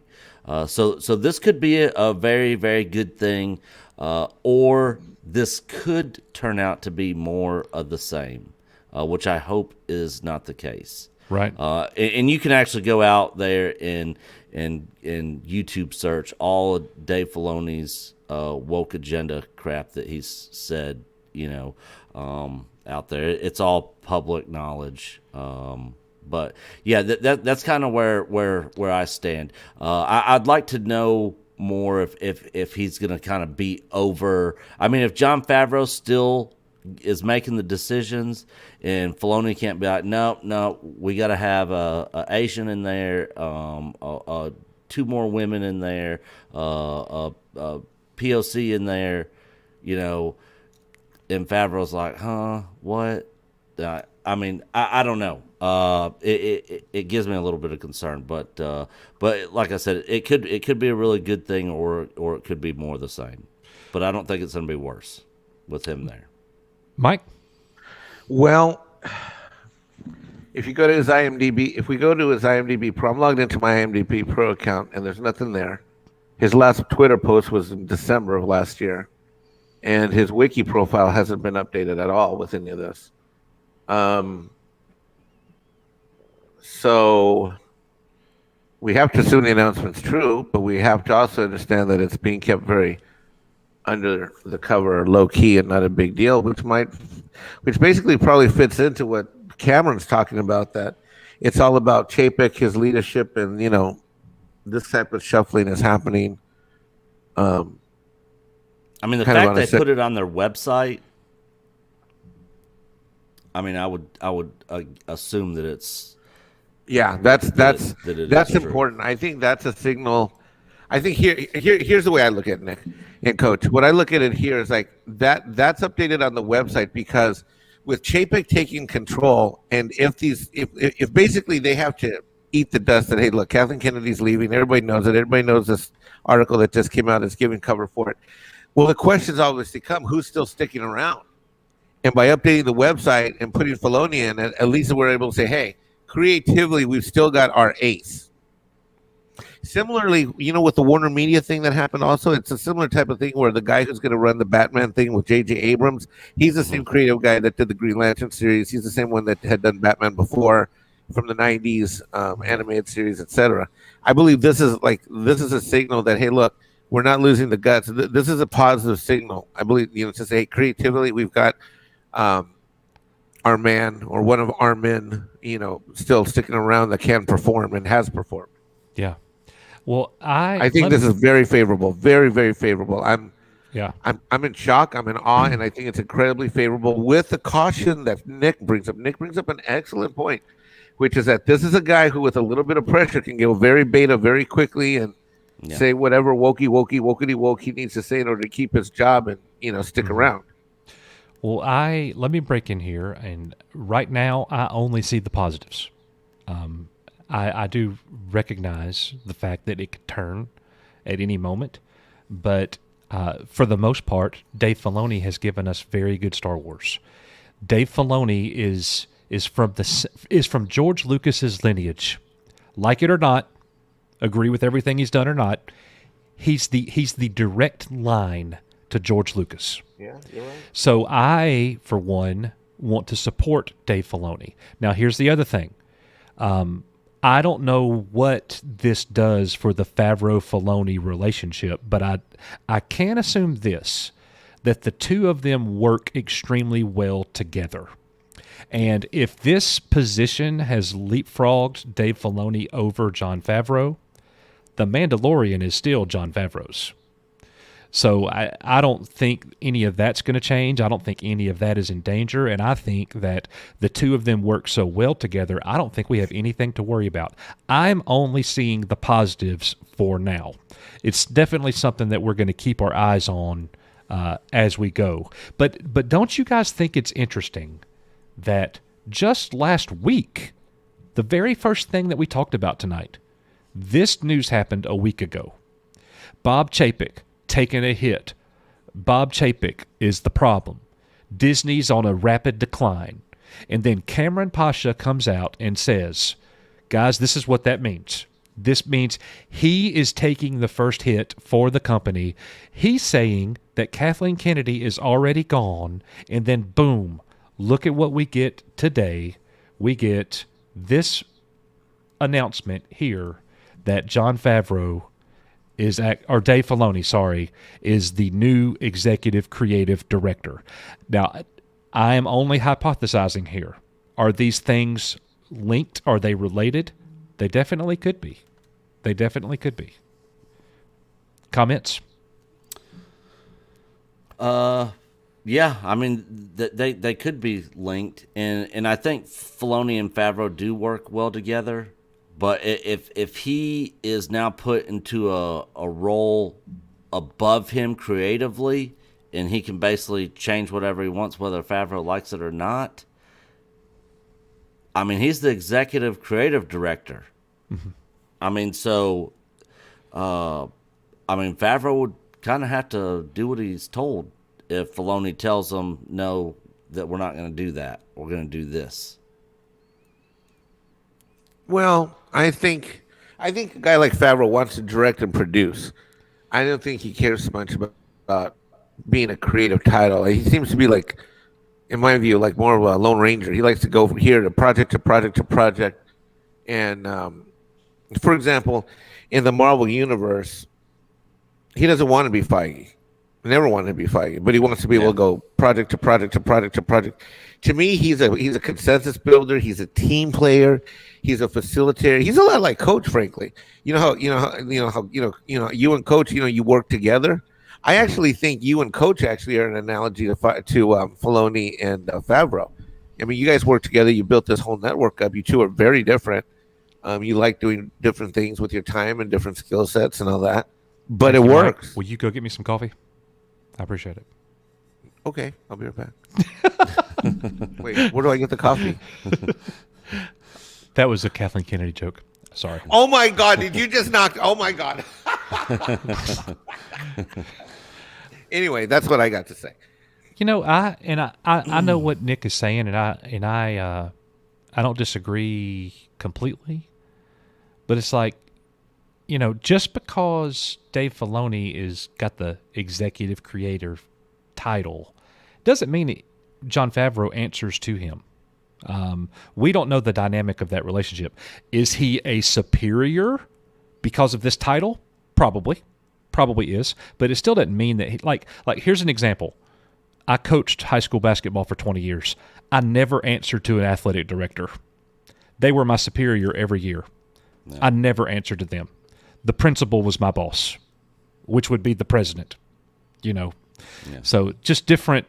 I would look at the AD and say, you can go work on the schedule, or you could set up an interview with the media or whatever. And that's a thing that I'm ignorant on is the exact meaning of these titles and in the workings of how all that is in the industry over there. On who can do what, like who has to listen to who. Some of these people might be above others, but do they really have to listen to them or report to them or do what they're told, by them? I'm not familiar with all that. And I think that's another reason I think we need to try to get Cameron back on the show. Mm-hmm. I think he could probably. He would love to come back. He loves you guys. He would love to come back in a heartbeat. Well, I'm going to tell you something right now, Nick. You guys should call him. I don't know. Again, I'm speculating. But if you look at Rangers of the New Republic, the Book of Boba Fett, if you look at Ahsoka, I think that's Dave Filoni. I think that's him in this role. Say that again, Coach. Wait. Say that again. Go over that one more time, that list. The Book of Boba Fett, Ahsoka, and Rangers of the New Republic. Okay. He is the executive creative director. That's his vision. He passes it on to the president. She stamps it approved. Now he hands it over to Favreau. He's the boots on the ground. He's actually the one getting it done. But so it's like Dave Filoni to me is the the visionary that this is the Star Wars we're going to make. Go make it. And I'm going to be there by your side and help you. So basically, he's central command type of thing. And then Favreau's the general out on the thing. Go take that. Like in the Clone Wars, he's more of Yoda in the High Temple, and he's sending out Obi-Wan in order to go fight that battle on that Clone Wars planet. Well, would Filoni in that role not be the one who says, all right, these are the characters we're going to have. These are going to be the people that we hire. These are going to be the characters that we have, whether they're POC, females, white males, whatever. I think he gets those directives from the president. Who's writing the stories? You know, so is the president telling them all this stuff? Like we got to have this. Well, number everything that you just mentioned it's a broad range of things you just mentioned. You know, I think Coach is right. Also, I just thought of something. If you look at the Lucasfilm Creative Story Group, what did they focus on? They focused on that High Republic crap. So that means Filoni probably was the one being the artistic creator in driving those three things, and then you got Mandalorian with Favreau over here. That makes a lot of sense if you look at it. Think about it. You've never heard about anybody in the creative group working on any of those projects. I mean, unless there's a rock that I haven't seen that's going to be flying a jet ship and any of the... That was a joke, you know. Remember Geo? Okay. Yeah, Geo'd. and we can't forget Filoni was part of the creative story group of people for the sequel trilogy. Now, I don't know what his feelings are on any of that or how much input he actually had on it. You know, there's in my mind, there's still so many unknowns, you know, and it's just something that we're going to have to watch real closely moving forward. Yeah. Well, let me just logically, the last Star Wars live action series that we got, pretty good, right? Yeah, yeah. Oh, yeah. We anticipate Ahsoka being pretty good, right? Yeah. Definitely. We anticipate the Book of Boba Fett being pretty good, right? For sure. Rangers of the New Republic at least has a chance to be good. That's the one that I have the least amount of pull towards because I don't know much about it. But if it's in the Mandalorian timeline, I'm going to anticipate it being good.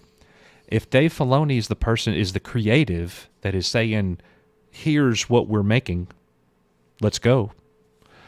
I like that. And let's do this too. Who's the person that actually came up with the Veil of the Force, the alternate timeline? Filoni. I mean, Dave Filoni. And the fact is, maybe with his involvement with the sequel trilogy, maybe that was his way of coming up with something to try to fix it. Yeah. We'll never know that. Yeah. What a great thought. Yeah, but we'll probably never know that till after he's gone from the company, and then they'll release a books on it talking about how everything happened and went down. Truth will come out one day, a long time from now, probably. Well, let's go through these super chats real quick. We've got Loki. What's up, Loki? Loki's Mornings of Mischief. Loki. Dave is not the savior some people make him out to be. More woke BS out of Disney skull. Yeah, we'll see. I'm kind of with you on that to an extent. Well, I mean, like I said, you know, we'll have to wait and see what happens. But I wouldn't be stuff that he's said and things that he's said in the past and stuff definitely got me concerned a little bit. But yeah, and I'm totally opposite than Nick. I feel good about it. I'm like, I guess I'm in the middle to leaning towards you, Coach. But yeah, that's where I am. I'm definitely leaning in your direction. Hey, Coach, can we get someone to remix one of the mods that song and we go woke, woke, woke, woke, woke, woke, woke, woke, woke, woke, woke. Nick would not like that. I'd like that. Just Call Me Sis for $9.99. Thank you, Just Call Me Sis. She says, don't forget, Disney is going the way of woke. They're changing Jungle Cruise, Splash Mountain, and Peter Pan rides to be more woke. KK being gone isn't necessarily a guarantee. Yeah, 100% agree. I don't disagree with that at all. And they did have that test, that racial test that came out a week and a half ago that everybody covered. I took that, boy. And they just pulled I think 2 more movies off of Disney Plus because they said that they were racist or something. They got rid of Splash Mountain. Or What's they got rid Splash of Mountain? I thought Uncle for sure Remus, Brer Rabbit. It's racism. Not that bad. Hey girls, I'm going to Splash Mountain. We're gonna get our splash on. Woo-hoo. That was my favorite ride. I loved it. I love Splash Mountain. How'd you get rid of Splash Mountain? Loki's Mornings of Mischief with another $5. KK was also directly connected to Lucas. We all saw how that played out. Yeah. But she's not a creative. So that's apples and oranges to me. And she got sold at Bill Goods. Lucas hired her because Spielberg told her to, and just to dump her. Yeah. You know, that's kind of like, oh my God, Coach, I got this amazing person to work at Echo Base Network. She's my ex-wife, baby mama. Oh, and she is just the most amazing parent ever. Right.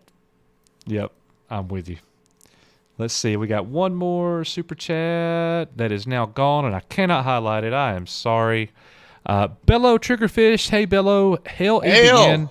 I see you guys are chilling. Just watched Midnight's Edge video with Cameron Pasha translating the Variety article. I think he is spot on with this. I hope so. I hope so. I wanted to highlight Dave Bob's comment. I just saw it pop up. Dave Filoni has no spine. He'll cave if someone says boo. And that's kind of how I feel. And that's what's concerning to me with Filoni. You know, and that's kind of my concern with him.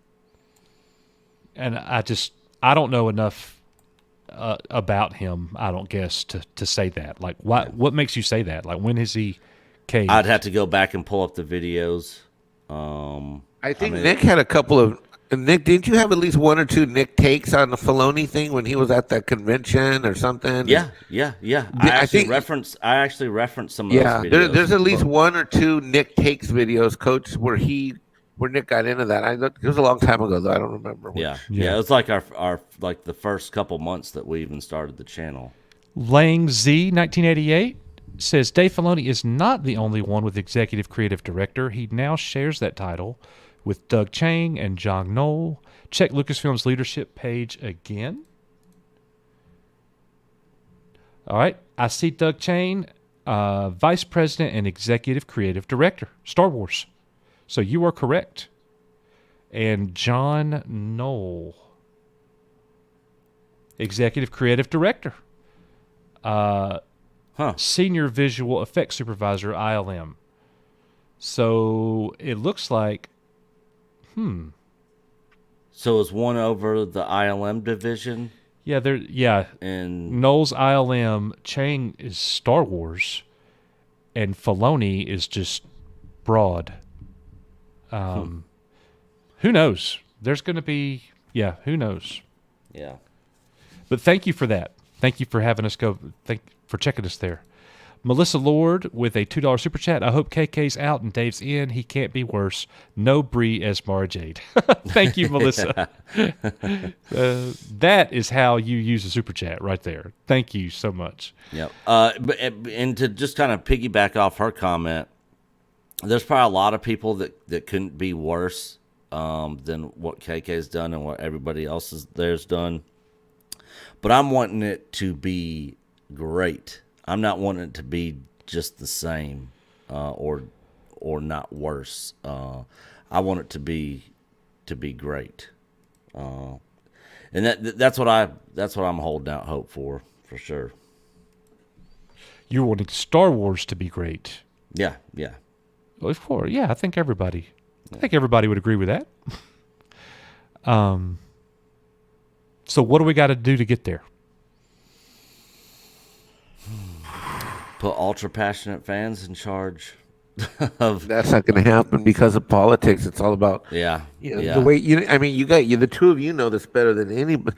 See, I think one of the reasons why you guys do so well with your logic without having rumors is because you have the corporate America background, the institutional background, the education system. I mean, which is basically a corporate structure, Coach, right? Mm-hmm. So, that we kind of got to go with who we got and hope Favreau and Filoni survive, and then they can have the people around them that will enable them to succeed. That's what I think. Hello? Oh, sorry, Did you mute me? Am I there? No, you're here. Oh, okay. That's all. That's all I had to say. Yeah, sorry, Mike. I was yeah.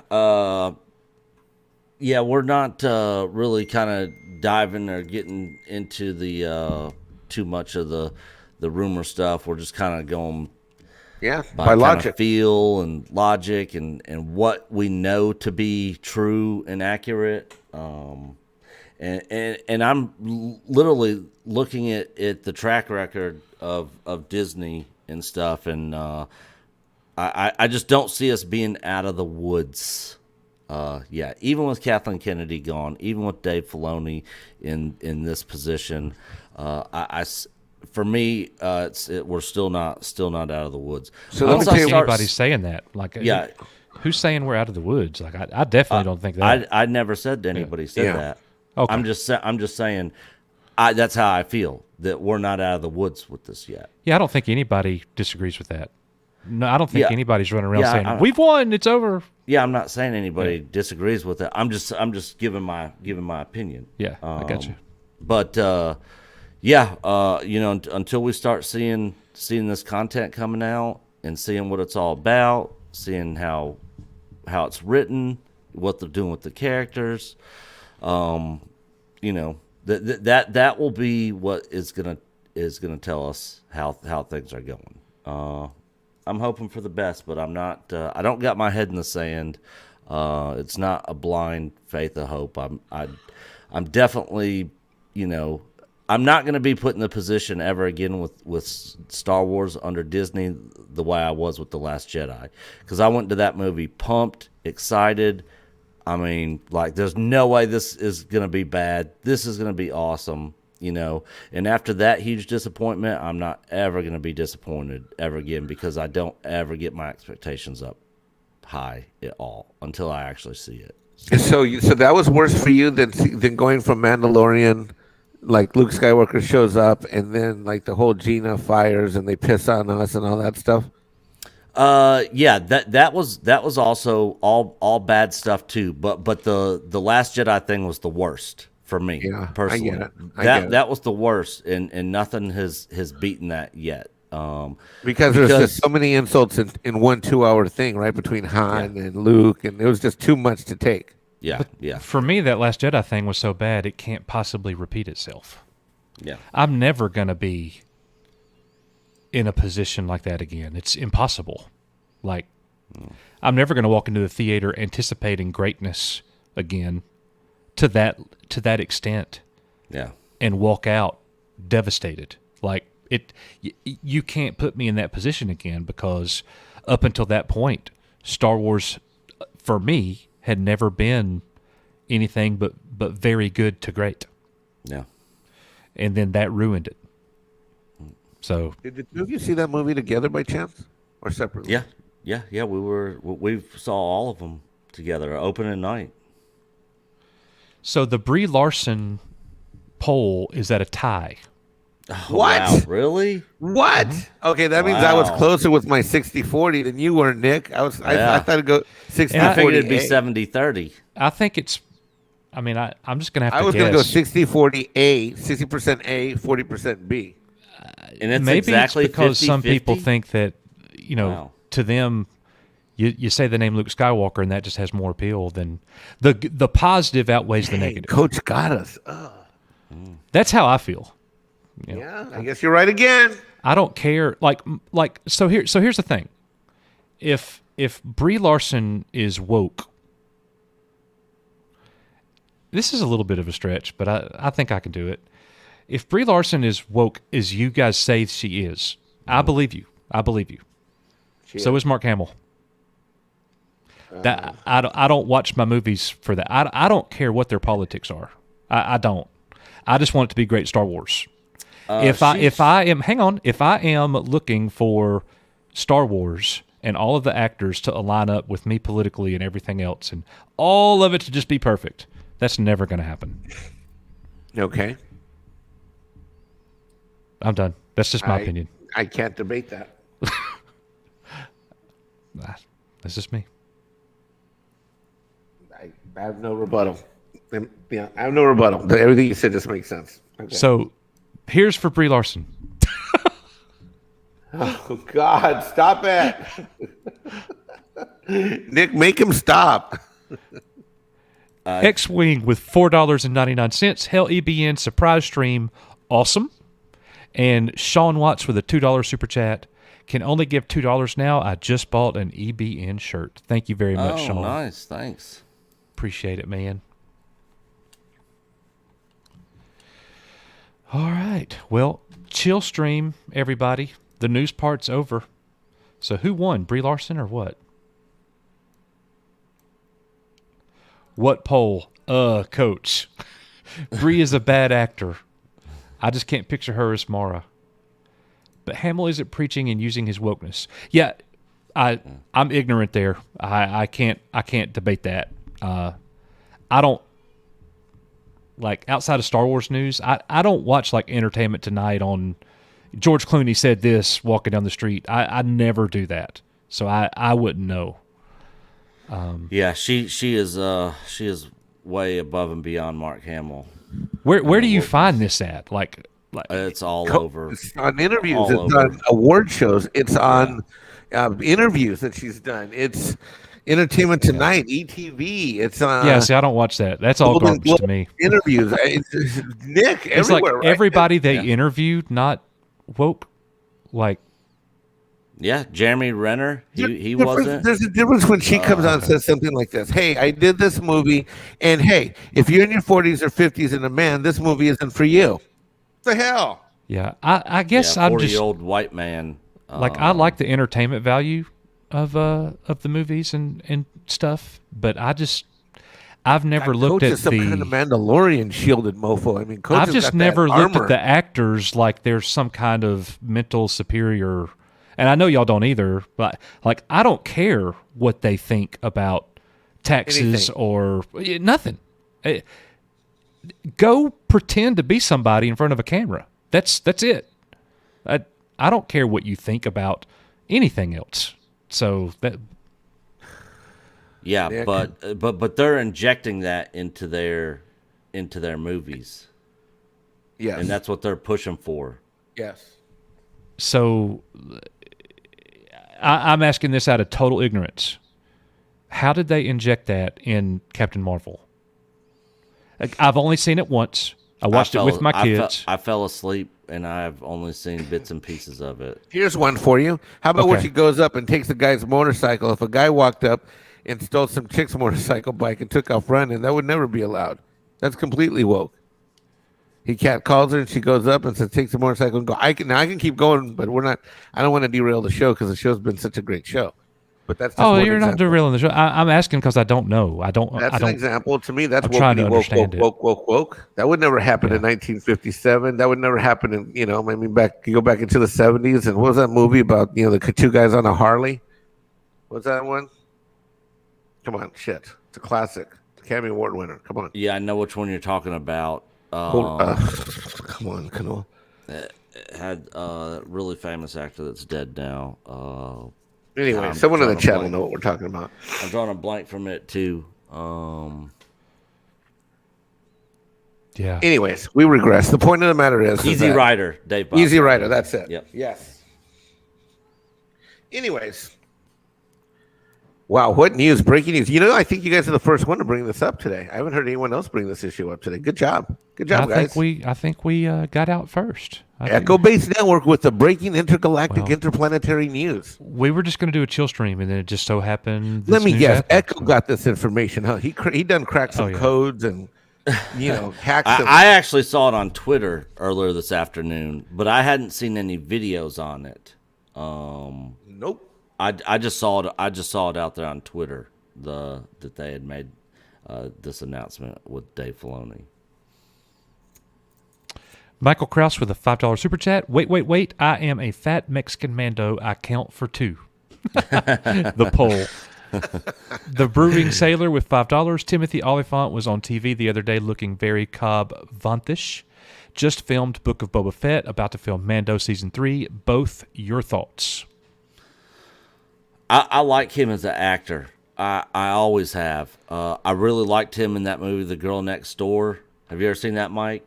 Yep, I love him. I love everything that he's done. Everything. Yeah, I liked his character in the first Transformers movie. I've always played the Hitman. Didn't he also play the Hitman, or no, or of a different guy?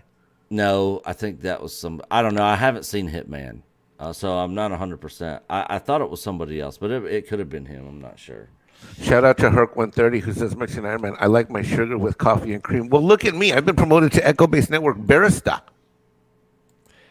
I I love him as an actor. I'm just I think kind he's of in the great. middle with the character. Like, Really? I don't know anything about him like as an actor, really. I'm really looking forward to the Book of Boba Fett and Mando, but it's not like it all hangs on whether or not Timothy Oliphant is involved. He was a very minor character. He's a very minor character in Mando. I think it would make more sense to me if he was in Rangers of the New Republic, maybe. That's true. I agree with you. Just because of the plot of that movie, I'm assuming. But he's not with the New Republic. He's just some guy on Tatooine, right? He is on Tatooine. That's right. He was the marshal, just like Cara Dune for that town. Yeah, that's why I was saying like that would make more sense to me. Yeah. He's certainly not a bounty hunter. You know, so anyways, that's just kind of how I see it. Yeah. Aurora uplinks with $5 in the 70s. Being paranoid about companies' willingness to hurt people for profit was being woke. That's yeah. House of Trade East with $2. Let's have a shout out to the wrenches, aka Smurfs. Thank you to all of our wrenches. We appreciate you. All the mods. Andrew Beeman with $4.99. Brie was so cringe during the MCU interviews, and no one really liked her except maybe Samuel L. Jackson. That's I don't true. even know if he even liked her. No, he did. He said he got along with her real good in an interview. Oh, did he? And He like did. I just went through all the Marvel movies like not long ago, like from beginning to end. All 20 of them? I wasn't like a Marvel MCU fan. Like I gotta go see it at the theater. I went and saw. How many Marvel movies are there? Probably like 20. Yeah, there's like 20 of them. I might have seen 4 or 5 of them in the theater, maybe. Oh my goodness gracious! Yeah. Yeah, I saw all of them in the theater, I think. Me too. Yeah. They're good. They're fine. But I just fell asleep wasn't during like Captain Marvel, though. So when those people were getting interviewed on the red carpet, I wasn't watching. Yeah. So like that's just. But I get it. Stephen Padilla, other bounty hunters from the OT in Boba Fett. Yeah, we could see. I mean, nobody knows where IG-88 is. They could bring him back since IG-11 worked out so well. Yes. They could actually bring IG-88 back. Dengar, we know, was at Jabba's palace in Return of the Jedi, and on the Superstar Destroyer with Boba Fett in Empire. Then you got. We've already seen some of Bosk's species in Mandalorian, so they could definitely bring him back. And then you got Zuckuss and Forlom, and we don't know a whole lot about them other than from the books. So yeah, I think we'll definitely see. If I had to put a guess on it, if we were going to see out of all the other bounty hunters, if I had to pick 2 that are the most likely that we'll see in Book of Boba Fett, it'd be IG-88 and Dengar.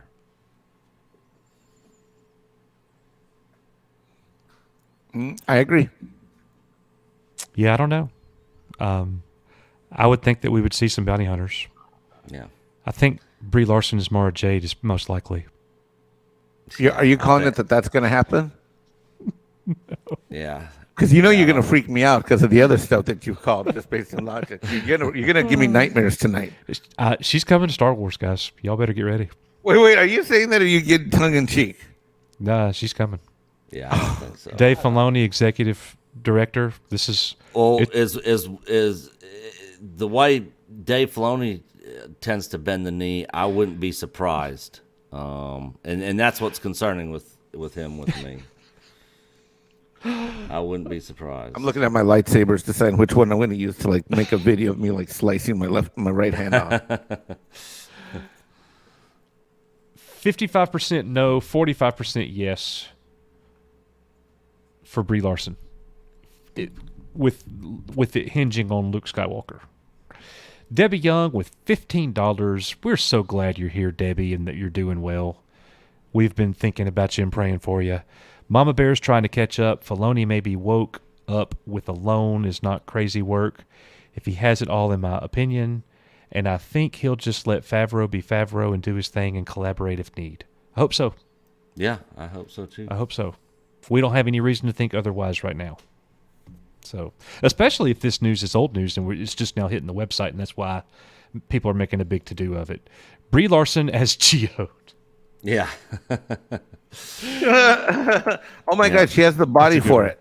That's a good one. She has the body for it. And she has the personality for it. She'd be the best Geode ever. Yeah. She will be the best rock ever. Well, guys, it is time to wind this thing down.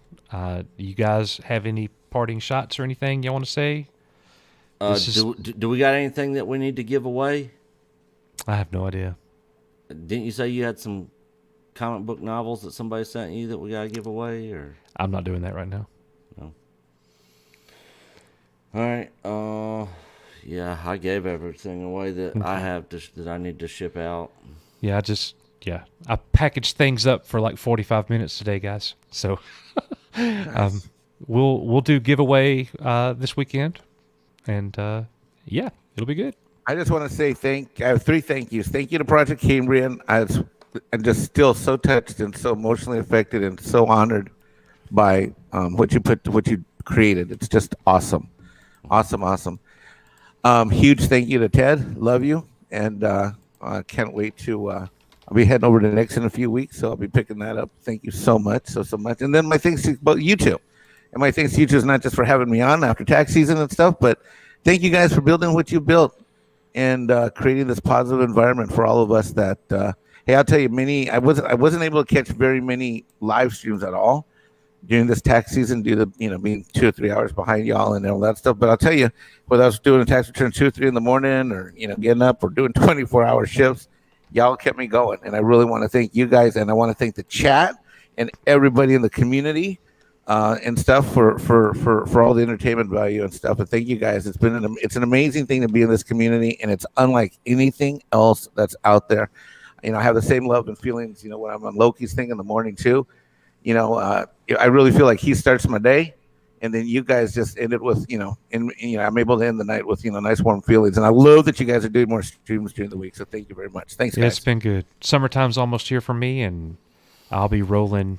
Yeah, we'll be switching to the mid-afternoon Monday through Friday chill streams, and then we'll stick to our Saturday night show. All right, Matt Rissman with a $20 super chat. Thanks everyone for being here. If you have not already done so, please smash like, peace, and love all. Thank you guys very Matt much. Rissman.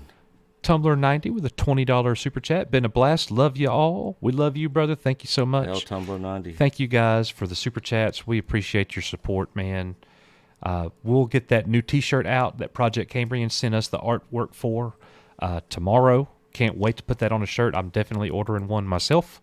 Let's see. We got another super chat from our brother JP. He says, "Great chill stream. Thanks, guys. Thank you for chilling with EBN. We appreciate it, you guys. This Saturday night, we will be here, same time as always, 7 o'clock p.m. Central Time.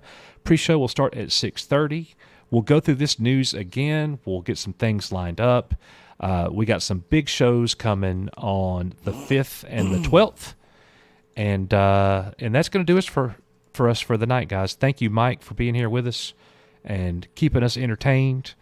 You will be seeing, everybody, clips from this released as a pre-recorded episode. The 3 things that we hit, the shakedown at LucasFilm, Brie Larson, and Dave Filoni. We will be getting those out probably sometime tomorrow as pre-recorded episodes, and we'll just keep on doing that. So thank you very much. We are Echo Base Network, and we will see y'all next time. See you guys. Good night.